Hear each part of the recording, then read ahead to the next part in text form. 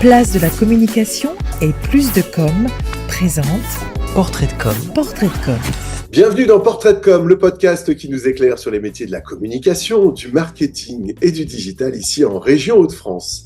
Pour ce nouvel épisode, j'accueille pour Place de la communication Delphine Vuillaume, Delphine alias Lady Blabla, c'est bien ça ? C'est bien ça, tu as tout bon. Et c'est rigolo parce que on me connaît plus sur le nom de Lady Blabla que Delphine Vuillaume. Mais bon, à l'origine, je suis bien Delphine Vuillaume. J'exerce dans la com et le marketing depuis plus de 25 ans. Et à l'origine, en fait, j'ai été conceptrice-rédactrice dans l'univers de la VAD que beaucoup de communicants du Nord connaissent. Et j'ai toujours travaillé en binôme avec des graphistes et des DA pour faire prospérer le business de nos entreprises. Et depuis 7 ans, je suis Lady Blabla. Donc, je me suis lancée indépendante il y a 7 ans. Voilà. C'est super parce que tu as trouvé tes nouvelles lunettes. Je parle de ça, parce que c'est évident. Ouais. Tu l'as même mis en signature dans les réseaux sociaux sur LinkedIn, qui est un très bel outil pour toi d'ailleurs. À l'instar de cet entretien que tu voulais préparer avec ta communauté, t'as beau être solo, t'aimes bien bosser avec c'est ce que tu disais. Je ne sais pas quelle paire de lunettes choisir. 2, je vais être interviewé par Fabrice pour Place de la... Je n'ai pas dit qui, hein. Comment me définir, enfin, le commun, c'est important. Alors, c'est tes 3 qualités, alors, quelles sont-elles ? Alors, du coup, ce qui est ressorti, c'est le côté drôle, pétillante, et en même temps sérieuse, rigoureuse et réactive. Et ça résume bien ce que je suis et ce que je fais, en fait. C'est-à-dire que j'aime être créative et être spontanée et très égale à moi-même, mais tout en étant très pro. Et pour moi, c'est mon mantra d'ailleurs, c'est faire ce que je suis et être ce que je fais. Donc voilà. Donc quand en plus on a un retour qui correspond à ce qu'on pense de nous et que le retour, l'effet miroir est là, on se dit voilà. Et c'est hyper important. Moi, c'est avec mes clients, je fais à chaque fois une enquête à la fin de la prestation. Je leur envoie vraiment ce côté, qu'est-ce que vous avez apprécié ou pas. Parce il faut tout le temps être en phase avec ce qu'on renvoie et comme image et comme prestation pour s'améliorer ou continuer à être voilà. Et donc c'est vrai que le LinkedIn, moi, c'est vraiment quelque chose que je me suis accaparé quand je me suis lancée parce que je trouve que c'est une belle façon de présenter ce qu'on fait, ce qu'on est, ce qui est important aussi pour moi. Et de prendre la température. Voilà, un peu de retour, tu as le feedback direct. Exactement. De tes interlocuteurs et tu fais la même chose côté pro, parce que c'est comme ça qu'on grandit avec ces fameux axes d'amélioration. Quand on fait un rôti à la fin d'un cours ou d'un échange, c'est toujours bien de savoir. Alors évidemment 5, 4, 3, mais ce qui est intéressant, c'est les 2, les 1, les 3. Là, c'est intéressant. Même si on n'en a pas souvent, il faut aller les chercher, ceux-là. Parce que c'est ceux-là voilà. Ouais, complètement. Et alors, tu parlais de tous tes boulots, là, parce que ça fait 7 ans que tu es indépendante, Delphine, quand même. Hein. Oui. Donc, Lady Blabla, elle a plusieurs touches à son clavier. Je travaille de plusieurs manières et avec plusieurs types de clients. En premier, j'ai des clients qui sont des entreprises TPE, grandes entreprises, pour qui je conçois et je rédige leur support de communication 360. Donc, ce soit du print comme du digital. Et donc, ça peut être du blog, article de blog, du site internet, des communiqués de presse. Donc là, on me briefe en direct avec les équipes commerciales qui me briefent ou des chargés de communication, ainsi qu'avec des agences de communication et des consultants qui ont besoin de moi en marque blanche, en fait, pour leurs propres clients. Donc, à chaque fois, d'intégrer le côté brief commercial parce je conçois et rédige pas pour mon plaisir, mais vraiment pour un objectif derrière qui est commercial et c'est important même si c'est un métier que j'aime et c'est un métier passion, mais il a bien une finalité et c'est pas que pour me faire plaisir. Ensuite, je travaille aussi beaucoup avec d'autres créatifs indépendants, que ce soit des web designers, des DA, des graphistes, parce que vraiment je conçois pas un projet de communication sans qu'il soit pensé aussi avec le côté graphisme et image. Et c'est vrai que c'est important pour moi dans le mot conceptrice-rédactrice. Je ne fais pas que du blabla. Il y a le côté recherche des idées qui est hyper important et j'aime être en phase avec les professionnels qui sont mon pendant. Donc, quelquefois, quand je disais on fait un bébé, voilà, parce que c'est vraiment ça. Il y a le côté union des deux talents et des deux pôles d'expertise qui se mettent ensemble pour produire un bébé créatif et efficace surtout. Et troisième type d'accompagnement que je fais depuis peu, mais qui a été une vraie révélation pour moi, c'est-à-dire qu'il y a beaucoup d'indépendants, des solopreneurs, voilà, qui sont vraiment à devoir communiquer par eux-mêmes et ne savent pas le faire. Ils ont plein d'outils à leur disposition, comme l'IA, comme les comptes réseaux sociaux. Et moi, j'ai envie d'être là pour les guider et voilà, et d'affiner avec eux leur image, les messages qu'ils doivent dire. Et donc là, je suis plus en phase d'atelier de co-création. Donc, je fais pas à la place, je fais avec. Et c'est quelque chose qui m'anime beaucoup, ça.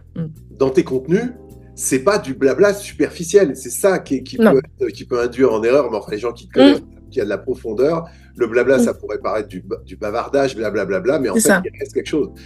Et tu vas être dans l'authenticité. C'est ça, Delphine. Oui. Et puis en fait, à l'origine de ce nom de Lady Blabla que j'ai trouvé forcément, il y avait ce côté aussi que je savais que j'allais m'adresser à beaucoup de gens dans la communication et des graphistes.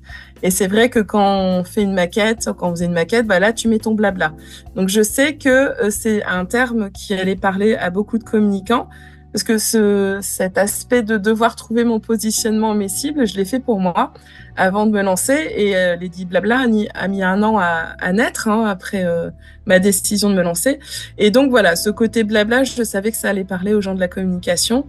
Mais en effet, je rédige pour bien un but qui a une finalité derrière. Et c'est prendre en compte, et ça revient souvent dans les retours que j'ai de mes clients, c'est pertinent. Donc voilà, c'est du blabla, mais c'est pertinent, c'est efficace et ça vise juste. Et c'est mon but en fait, c'est de vraiment rédiger pour qu'il y ait une réaction de la part des clients derrière. Ouais, tu sais, c'est génial parce que tu viens de faire un lapsus que j'ai adoré et qui te va. Ouais. Parce que j'aime bien chez toi, il y a un côté girl power, c'est-à-dire ta finalité s'est transformée en félinité. Et ça, j'ai trouvé ça génial. J'aime beaucoup les chats aussi. Oui, voilà. Donc l'inconscient parle. Je suis toujours très attentif à tout ça. Ouais. Et c'est chouette. Merci pour ce petit cadeau là, cette pépite. Ouais. Tiens, en parlant de pépites, alors tu as dit plein de choses. J'aimerais bien rebondir sur pas mal de choses. Tes fiertés. On a vu que l'étendue de tes jobs est quand même assez large. La communication 360, on peut dire ça. Et tes fiertés peut-être personnelles aussi, parce que tu as un engagement citoyen, associatif. Quel est-il? Et puis après, on parlera. Donc, je pense que ça tes fiertés. Et après, tes fiertés professionnelles. C'est vrai que ce qui est important pour moi dans mon métier de communicante, c'est d'être fidèle à ce que je suis. Et dans ce cadre-là, en fait, du coup, ça s'arrête pas quand j'éteins mon clavier, mon ordinateur. Et j'aime que ça prenne du sens. Donc, c'est ça que je suis engagée dans ma ville. Je suis conseillère de quartier. J'aime faire le lien. Donc, voilà, moi, créer des liens, c'est vraiment mon truc. Et dans ce cadre-là, de conseillère de quartier, il y a un jour, j'étais à une cérémonie des vœux et je me dis, tiens, on parle pas des indépendants dans la ville. Il y a les commerçants, mais moi, je venais de me lancer. Je me dis, tiens, moi, j'ai envie de connaître les gens de ma ville qui sont mes voisins et avec qui je pourrais travailler et faire du réseautage. Et donc j'ai sollicité la mairie qui m'a dit, Banco, vas-y, crée un club d'entrepreneurs. Ok. Donc, je me suis lancée dans ce projet avec une dizaine d'autres indépendants de la ville pour créer les Movers, donc le club de Mouveau, qui est réservé qu'aux gens de Mouveau, parce qu'on voulait vraiment mettre en avant le circuit court, comme dans l'alimentation. Voilà, nous, c'est le circuit court entre indépendants, et c'est un peu la même mentalité que Place de la Communication, c'est-à-dire que le relationnel amène au business, mais on n'est pas un club d'affaires, on veut vraiment tisser des liens, et c'est une formidable aventure qu'on a lancée il y a 4 ans. Donc, j'en étais la fondatrice et présidente, et puis j'ai passé la main parce que je voulais pas que ça soit centré sur moi, parce qu'on a plein de talents différents à apporter, Et donc voilà, il y a eu d'autres présidents depuis. Je continue à être une adhérente ambassadrice.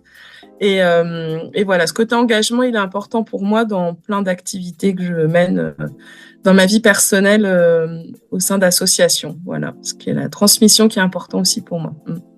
Oui, notamment parents d'élèves aussi. En fait, tout ça, Exactement. Ça te compose qui tu es. Delphine, Ouais. fierté plutôt professionnelle. Et puis après, on va parler un peu d'IA aussi. Ouais, fierté professionnelle. D'être là déjà peut-être au bout de 7 ans, toujours là, peut-être, c'est une fierté ça. Et oui, de m'être lancée, de m'avoir fait confiance et puis c'est les retours positifs qui sont mon moteur et d'avoir été capable et encore actuellement de rebondir sur plein de sujets, plein de projets différents et ça passe du petit entrepreneur à de grosses structures qui font appel à moi et donc c'est une vraie fierté à chaque fois que les gens me fassent confiance et qu'il y ait des spots radio qui passent dans des grandes chaînes de magasins que j'ai fait ou alors une entrepreneuse qui me remercie parce qu'on a travaillé son pitch et que elle a eu des super retours. Donc c'est vraiment la multitude de dossiers différents. Pour moi, c'est une fierté de pouvoir répondre à chaque défi et une fierté professionnelle qui va se concrétiser en septembre. Grâce à Place de la Communication où j'ai fait une belle rencontre et c'était un projet que j'avais depuis le début d'année de me lancer dans la formation et de transmettre pourquoi pas en devenant intervenante et donc voilà je vais pouvoir être intervenante dans l'école supérieure de publicité qui s'installe là en septembre à Euratech et je suis super heureuse, super angoissée aussi parce que je vais devoir monter, c'est un autre mode de fonctionnement de Lady Blabla.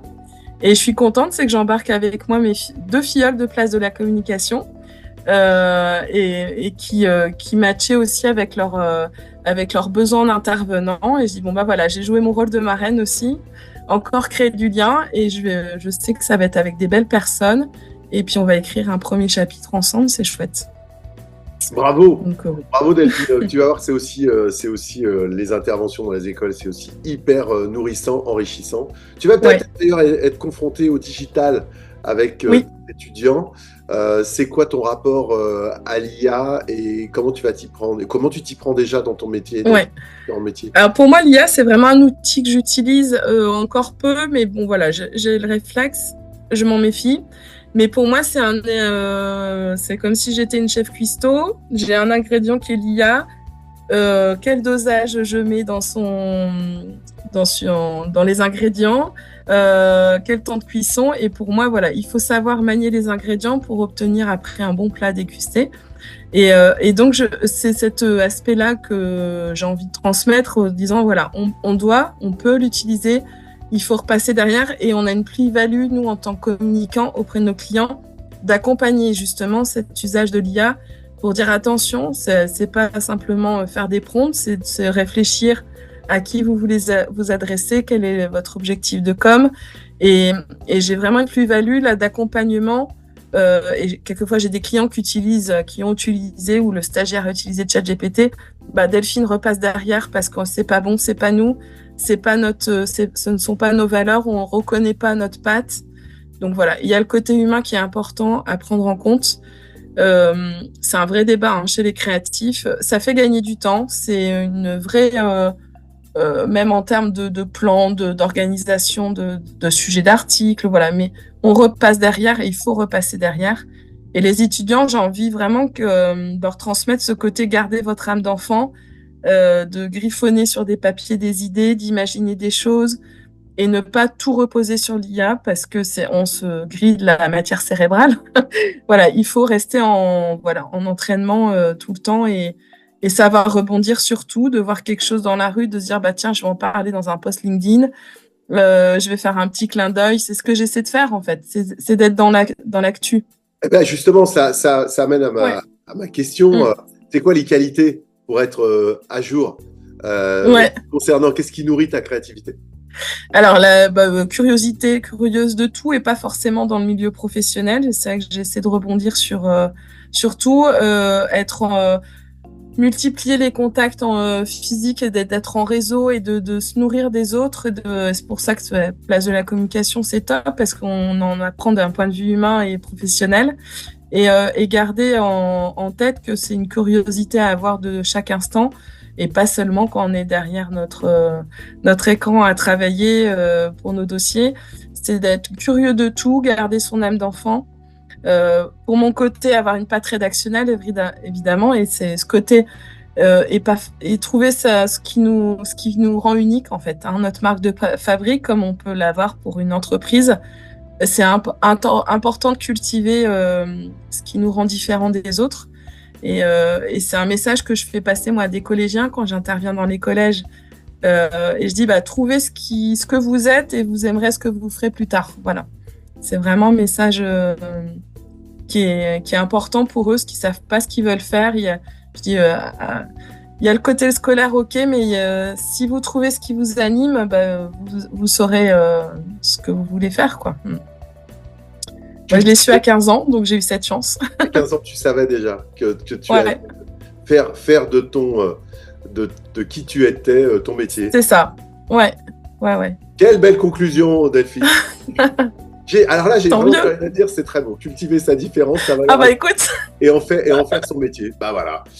Magnifique. Ouais. Et ton métier, tu en as fait des métiers. Je vous invite à aller gratter un peu tout ça dans les méandres des posts, souvent rigolos et très sympas. Ouais. Amusez-vous avec moi. Oui, c'est ça. Voilà. Vous passerez un bon moment sur les réseaux sociaux. Delphine Vuillaume, Lady Blabla, il n'y en a qu'une, c'est celle-là, celle qui a les belles lunettes.